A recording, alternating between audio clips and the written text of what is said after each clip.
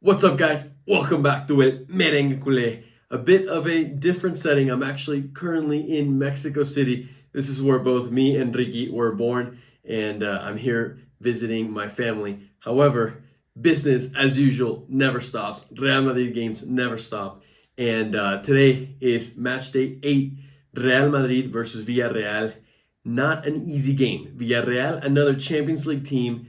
They played against Juventus, our future Champions League opponent, actually, and they ended up tying against them. So clearly, Villarreal is having a fairly good start to their season. They're in the third, fourth position right now in La Liga. So not going to be an easy one. Xabi Alonso has put out his starting lineup.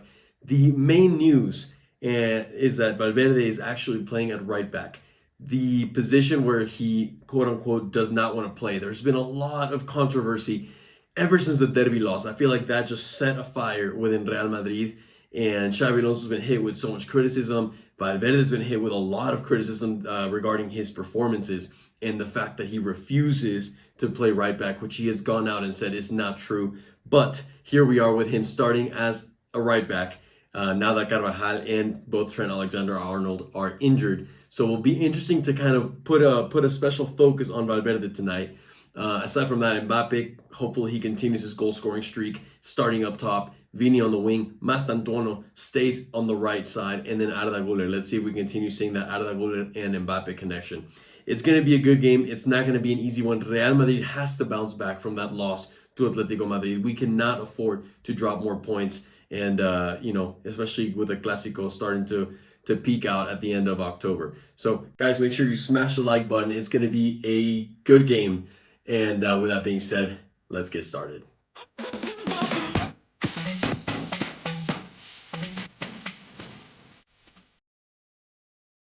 All right, guys, we're back from the first half.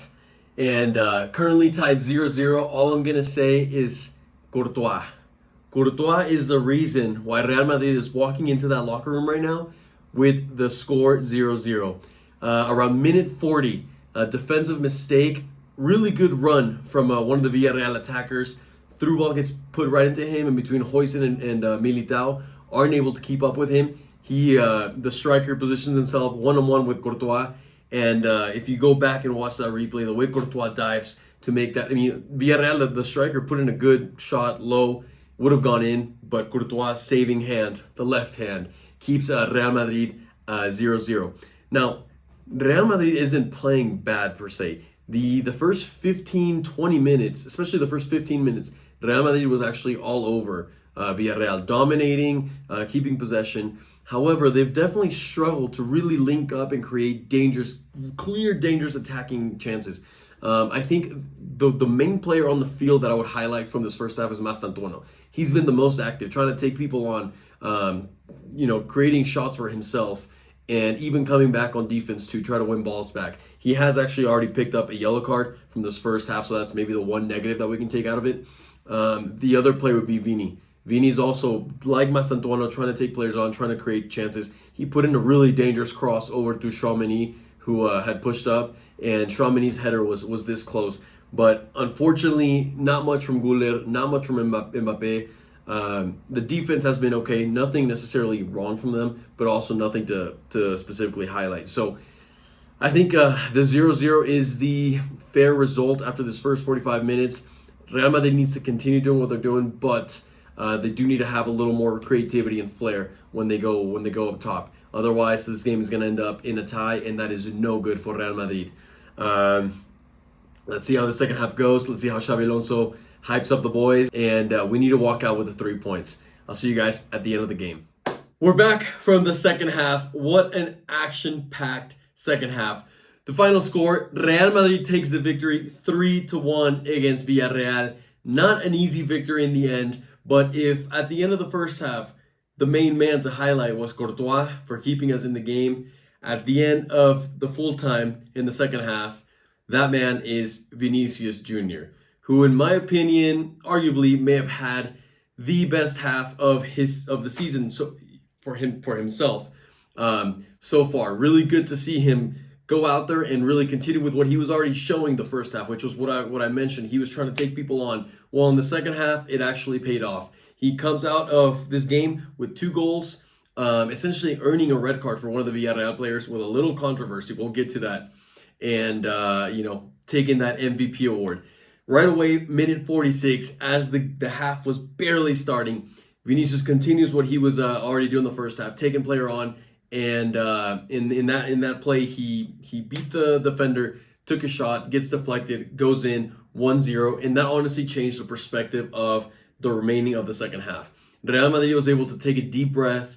You could see them slow down the game. Villarreal was also a little bit stunned, and they just continued doing what they were doing. In that same goal, Mbappe added himself an assist off a little flick, header flick, and suddenly like the game was completely different. From there on, Villarreal started to even out the game a little more. You could start to sense a little bit of danger, but nothing too specific. Real Madrid was still doing a good job controlling possession until Vinicius Jr. once again took matters to his own hand and in the box earned himself a penalty.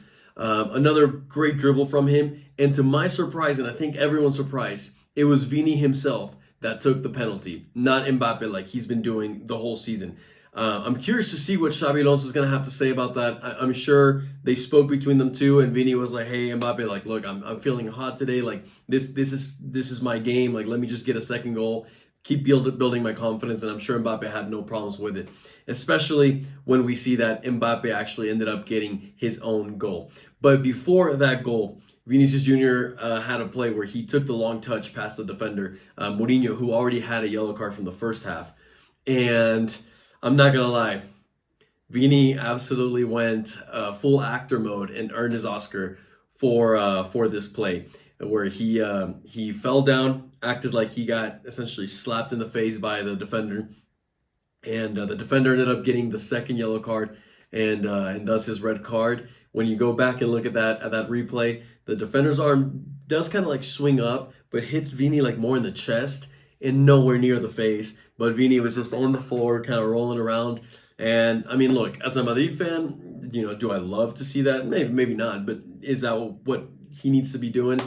I mean, maybe. He earned that player the red card, and that was after Villarreal had actually already scored their first goal. So they had brought the game back 2-1, and the tensions were pretty high. And honestly, it was those kind of games where I'm like, this could go either way. Villarreal might find themselves in a counterattack and score the second goal and make it 2-2, and now we're screwed.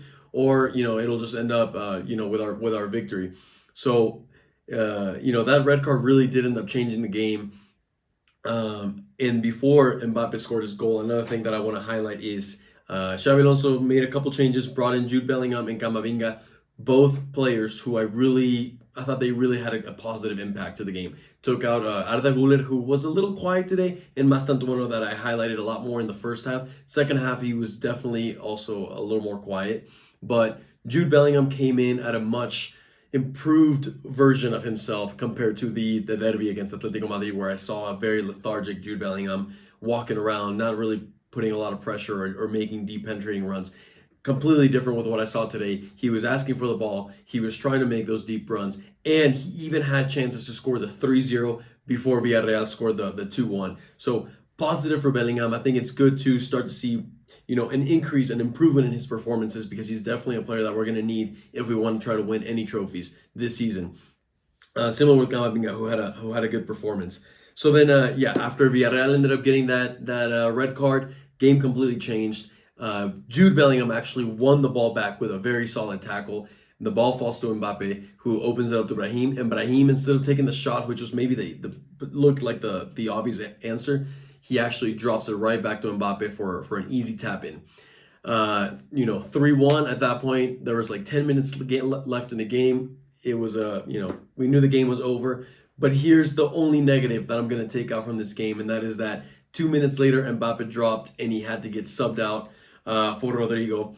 So he goes out injured. Now, when you look at him celebrating from his goal, he did get tackled. And so I'm hoping that it's just that he got hit in his ankle or something like that, and that it's nothing muscular. If it's a muscular issue, could be a big problem. Because those are the very tricky injuries that could put you out for 3, 4, 5 plus weeks, and Mbappe in the form that he's in is a player that we absolutely need. So hopefully it's just a hit. Well, it'll be interesting to see what Xabi Alonso has to say about this injury in the press conference, and then obviously how it develops. But ultimately, Real Madrid get a very much needed 3 points against Villarreal at the current 3rd place in La Liga versus the 2nd place, and then Barca plays against Sevilla tomorrow. So never an easy game to play against Sevilla. Potential tricky game for Barca, especially after the news that Lamine Yamal got injured in the game against PSG. So I'm happy with the results. I'm going to give my top 3 players to Courtois for that first half, Mastantuono, who also had a really good first half, and then Vinicius Jr. as the main man of the match. Of course, I want to hear from you down in the comments who you thought your man of the match was. A lot of this controversy stuff we'll be talking about in the VAR Check podcast, especially that red card that Vini Jr. had for us. So make sure you subscribe now. Hit the like button if you haven't. And as always, a Madrid.